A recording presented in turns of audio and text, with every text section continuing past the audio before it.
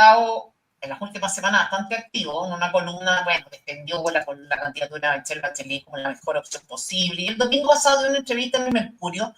Y yo te quiero preguntar, no sé si tú lo conoces, cuánto lo conoces, en fin, si sigue teniendo incidencia y también si alguna vez la tuvo, porque yo lo vi débil dentro de la convención, a pesar de que había sido como un rostro, si tú quieres, de hacía muchos años con el tema de la nueva constitución y qué sé yo. En la convención me pareció débil y quería saber eso, ¿cómo lo ves tú? A ver, yo creo que Fernando es, primero que nada, un académico. En segundo lugar,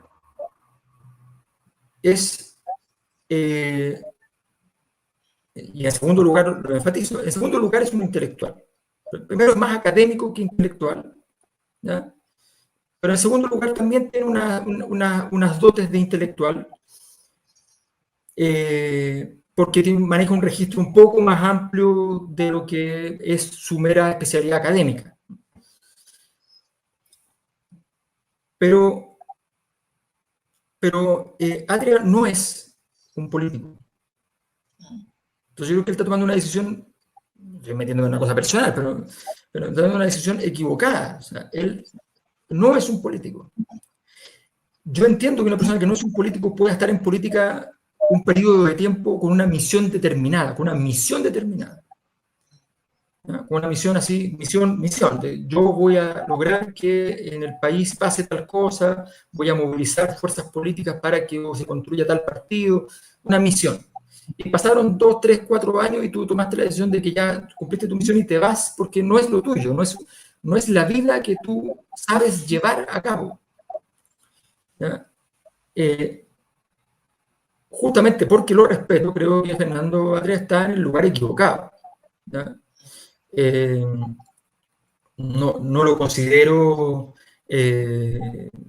nada desde el punto de vista del intelectual súper extraordinario, no tiene el ancho, no es Zizek, ¿no? ¿Me entiendes? Pero un tipo que tiene un potencial intelectual y que tiene un potencial académico más importante, que yo siento que se ha ido desperfilando y a uno le pasa. O sea, honestamente, yo cuando estuve 6 meses en política y a los 6 meses después, cuando me senté a escribir, no me era tan fácil como habitualmente me es escribir.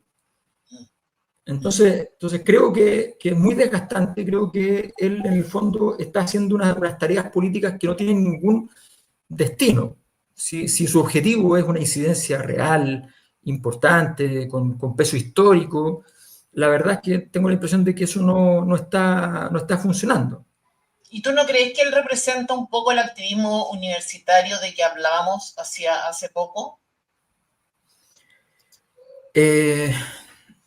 No, fíjate, yo digo que hay un dibujo bien que tiene la gente de derecha respecto a este mundo estudiantil de universidades públicas que les quedan lejos cognitivamente, no las entienden.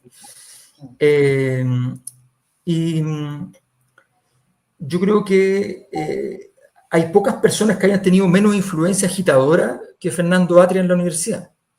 Ya. ¿No? O sea, nada. La verdad es que aquí hay muchos mitos en general que se van construyendo por posicionamiento, por conveniencia, por búsqueda. No sé, pues me acuerdo una vez que siempre se dice uno de los intelectuales del Frente Amplio es Carlos Ruiz. Carlos, yo lo conozco muchísimo, trabajé con él mucho tiempo, alcanzamos un tiempo a ser amigos, que después nos peleamos, que sé yo. Bueno, él se peleó, ¿no? Entonces, y la verdad es que Carlos lo tiene dicho, lo tiene dicho, estaba en contra del proyecto del Frente Amplio, totalmente en contra, totalmente en desacuerdo que esa fuera la forma de construir un proyecto nuevo político. ¿Ya? Entonces... Ya, mitos en el fondo. Claro, entonces empiezan a construir ciertas cosas que al final, como le convienen a varios, incluyendo a los mismos protagonistas, finalmente dicen, bueno, sí, en realidad yo soy tal cosa, en realidad no tal cosa. No es verdad. Otras cosas son específicas, son ciertas verdades. Entonces, en el caso de Fernando, esta cosa del activismo en el mundo educacional, que sé yo, la verdad es que el, el peso de Boric en la Facultad de Derecho era un peso importante, no por su vinculación con Atria en absoluto, en absoluto. Era por su vinculación con otros profesores que son de derecha, ¿no? Entonces, entonces, entonces Ya no no, me extraña. claro, Exactamente. además en el mundo universitario eso es normal, que el cruce ideológico se produce en las facultades serias, ¿ya? Hay mucho cruce ideológico donde el sector, o sea, está una persona de derecha, una persona de la DC y una persona socialista que están en un lote académico. Eso es lo normal, ¿ya? Sí. Entonces, no, la verdad es que yo creo que hay una mirada muy caricaturesca del asunto. Ya, me llamó la atención una cosa que dijo, eh, es un tema que a mí me importa mucho, yo creo que a nadie más, que refuta un argumento que usó mucho la derecha para que su propuesta constitucional se aprobara, me refiero a la última, y era que el tema constitucional queda abierto si no se aprobaba. Esa fue, no sé si recuerdas, pero era como, Sí. oye, hay que cerrar esto ahora, así como si, no sé, de repente es como clichés mentales, esquemas mentales, no sé cómo llamarle, que tiene la derecha. Si aprobemos la reforma, no sé cuánto, porque así cerramos el tema, como de nuevo, como una especie de fantasía. Y la derecha insistía mucho de que con esto ya la cosa se cerraba, cosa que obviamente ya estaba cerrada, porque la gente ya estaba chata, ya. Y Atria dice en la entrevista que te estoy comentando, que la posibilidad de un nuevo proceso constituyente estaba cerrada en Chile. O sea, fue bien radical, considerando que para él esto fue muy importante. Yo creo que estaba en la categoría de una misión que él se autoimpuso. Pasó por matinales, o sea, Atria tuvo por lo menos figuración comunicacional y por supuesto que mucha cobertura a nivel de la élite. Y fue más allá, o sea, dijo que la forma más obvia de resolver la crisis, que la declara actual, vigente todavía, que pasaba por la redacción de un texto constitucional, se mostró ineficaz. O sea, un poco dio vuelta a la página en ese Sí. sentido. ¿Cómo ves ese tema? Lo que pasa es que lo que tú dices es cierto. Efectivamente, él tuvo un momento de pertinencia porque venía un proceso constituyente y ese proceso constituyente él tenía participación en haber sido una de las lecturas respecto a ese proceso constituyente. Entonces, obviamente, ahí tenía un sentido histórico. En la medida que él está dentro del proceso constituyente, es uno de los indiscutibles líderes del proceso, básicamente porque era constitucionalista, porque era una persona que venía trabajando el tema y de alguna manera tenía una articulación política suficientemente sólida con el grupo principal de la convención. ¿Ya? Evidentemente, él tenía una responsabilidad. Esa responsabilidad, honestamente, él durante la convención no la puso en sus hombros realmente. No sé cuánto trabajó, seguro que trabajó mucho, no estoy diciendo eso, estoy diciendo que no puso la responsabilidad política de tomar el liderazgo de ese proceso. Ese proceso tomó el liderazgo Baza, que estableció un liderazgo superficial, Sí, hedonista, posturero, sí, entonces, y no hubo entonces el conjunto de cosas que eran obvias. O sea, todo esto lo sabe cualquier constitucionalista. Los procesos constituyentes que tenían una asamblea constituyente ya requieren, primero, cero contingencia. Cero contingencia. ¿Ya? ¿Qué fue lo que hicieron? Hora de incidentes en la mañana. ¿Ya? O sea, claro. contingencia total. Partía ya el Sí, día en el sí, nombre del día. ¿Ya? sí, Porque todos estaban construyendo su plataforma electoral. así es. Sí, eso fue. ¿Sí? Entonces fue una locura total. Todos estaban construyendo su plataforma electoral y se fueron ahí embriagados por esta posibilidad electoral que venía porque estaba garantizado el triunfo, garantizado. Mm, mm. ¿Ya? En Bueno, una, ahí fue el desastre de haber ganado por el porcentaje con que ganaron, digamos. Y por supuesto, el espacio que se nos abrió a nosotros precisamente por eso, porque tenían tal mayoría que era muy probable que se equivocaran, digamos. Bueno, y lo más también grave, pero lo el más fin grave humano. es, pero lo más grave es que en ese contexto hay un acto de denostación a los chilenos. Eso es lo más grave, porque ese acto de denostación es pensar que si la gente se fue un 80% a aprobar el proceso constituyente, te van a aprobar la cuestión que le pases por delante. Claro, claro, ¿Ya? O sea, claro. yo esto lo hablé mucho con convencionales de izquierda y les decía, A mí me da vergüenza que ustedes no tengan actas cuando hay Mm, actas de la Constitución en dictadura. sí, ¿Ya? sí. Bueno, pero yo creo que se están haciendo ya, ¿o no? Yo creo que ya existen. O sea, pero el acta, la grabación de todo el evento, con el registro de todo, eso no está. Y de todas las actas, de todo lo que se dijo, no, eso no está. O sea, no tenemos un registro adecuado para poder ni siquiera aprender para un proceso constituyente futuro. ¿Ya? Son cosas básicas de una actividad política seria. Mm, Entonces, porque básicamente lo que todos entendieron que adentro iba a ser el gran show. Bueno, mm. así salió, Sí, sí, porque los chilenos demostraron, la verdad, en los dos procesos constituyentes, a mi juicio, ser bastante más serios que su sistema político. ¿Ya? sí, Entonces, sí, eh, y, y no es que tenga sí. una imagen súper increíble, no, simplemente más serio que su sistema político. Claro, un poco de Entonces, sentido común. yo creo que Fernando en ese contexto no cumplió el rol al cual le correspondía cumplir de darle un peso intelectual y político en términos de consistencia al proceso constituyente y desgraciadamente Control, terminó como terminó. de control, pues, Alberto, de control, o sea, de poder, de ejercer poder, liderazgo, de conducción, o sea, no hubo conducción. Y de influencia Por ejemplo, intelectual real.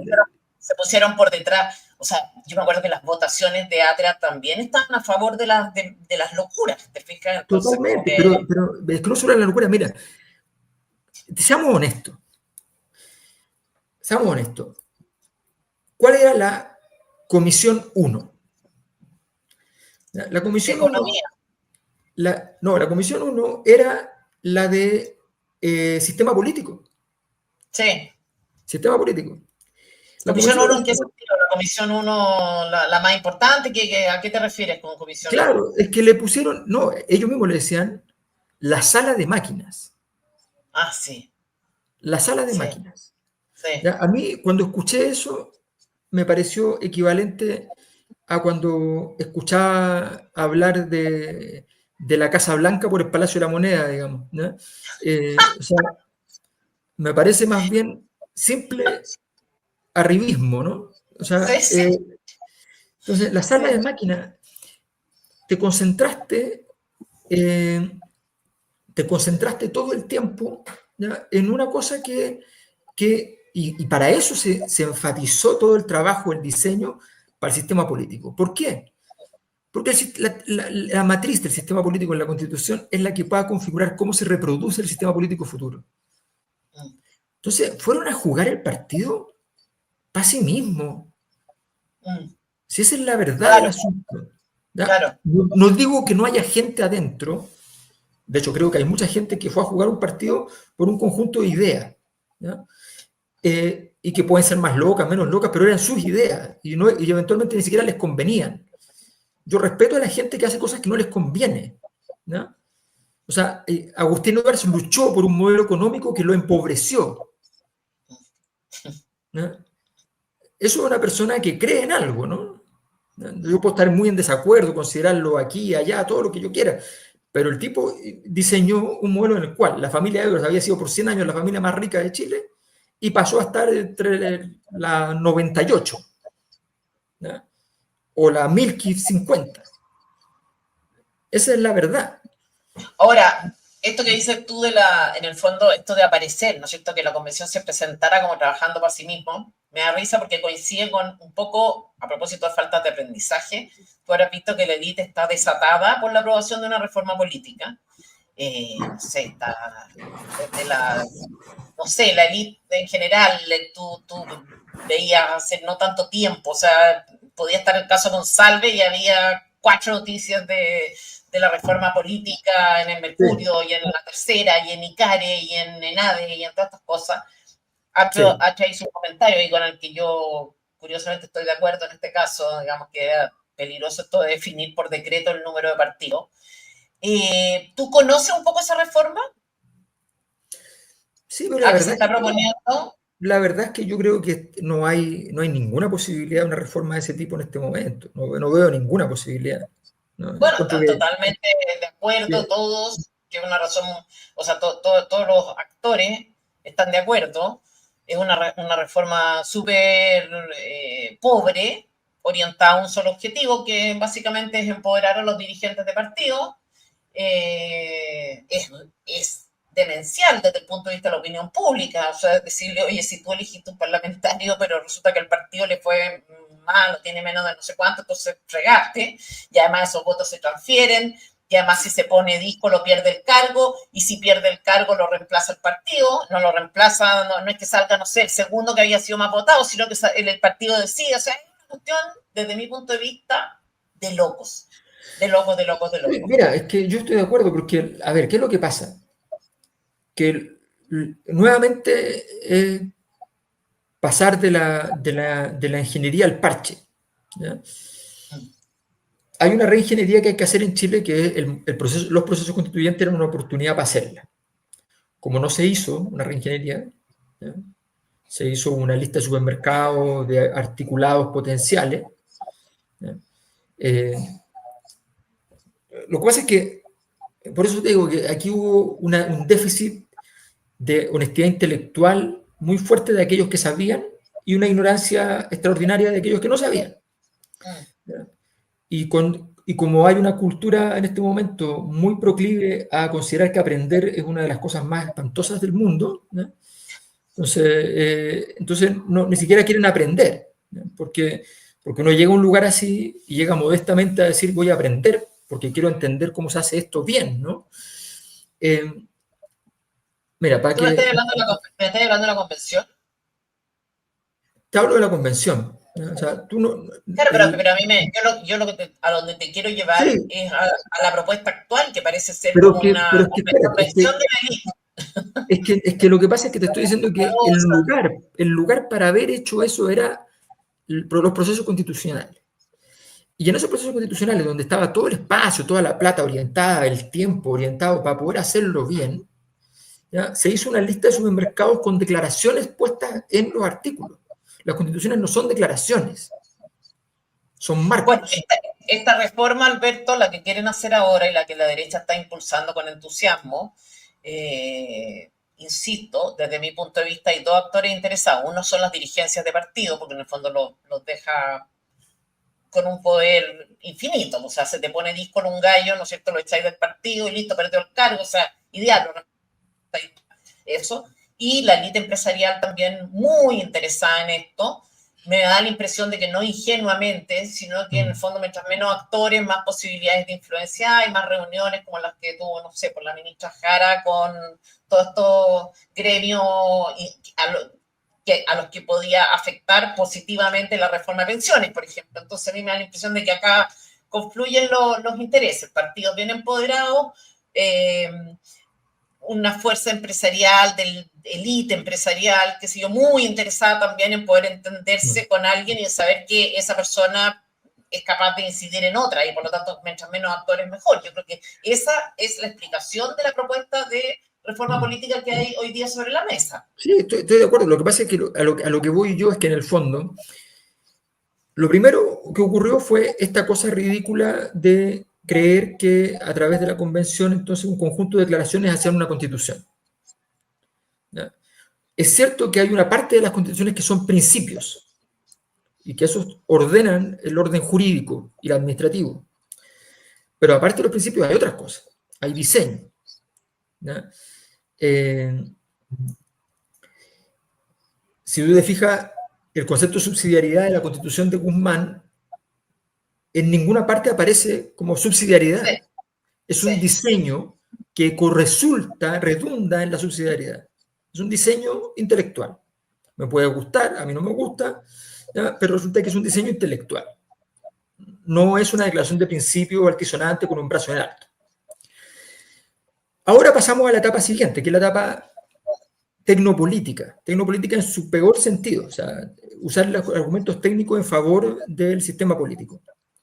Lo único que logra esto, más que resolver el problema de fondo, es que, lo que hablábamos al principio, el problema de fondo es que la gente, hay un libro que se llama Simplemente no te quiere, ¿no? Que te dice simplemente, oye, no, deja de analizarlo, esto simplemente no te quiere. Bueno, esto es lo mismo, la gente simplemente no los quiere.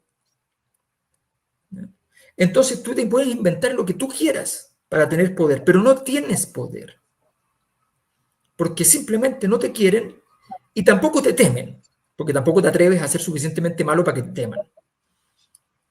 Entonces no eres nadie. Tienes un sistema político de gente que no es nadie, que está debilitado estructuralmente. Algunos tienen voto, otros no tienen ni voto. Esa es la situación. Entonces uno tiene que llegar, uno debiera llegar a ese mundo. Si yo entrara de nuevo en política, uno tiene que llegar con una enorme humildad, entendiendo que no es nadie, que pasó a ser uno de los miembros de la colección de monstruos del país. El país tiene un conjunto de monstruos. Dentro de ese conjunto de monstruos, el 80% del sistema político. ¿Ya? Los otros hay de todos, algunos influencers, no tengo idea, pero hay monstruos. ¿Ya? Entonces, es el sistema político.